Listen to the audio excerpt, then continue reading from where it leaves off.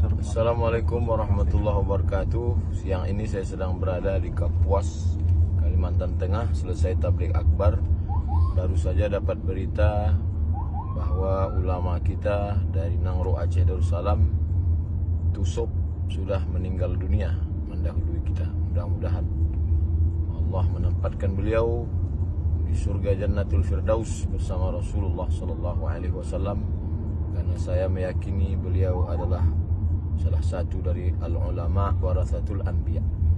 Bahasanya tinggi, hatinya rendah, ilmunya dalam. Itulah kalimat yang mewakili perkenalan saya dengan Tusuk. Allahumma ghfirlahu warhamhu wa'afihi wa'afu anhu.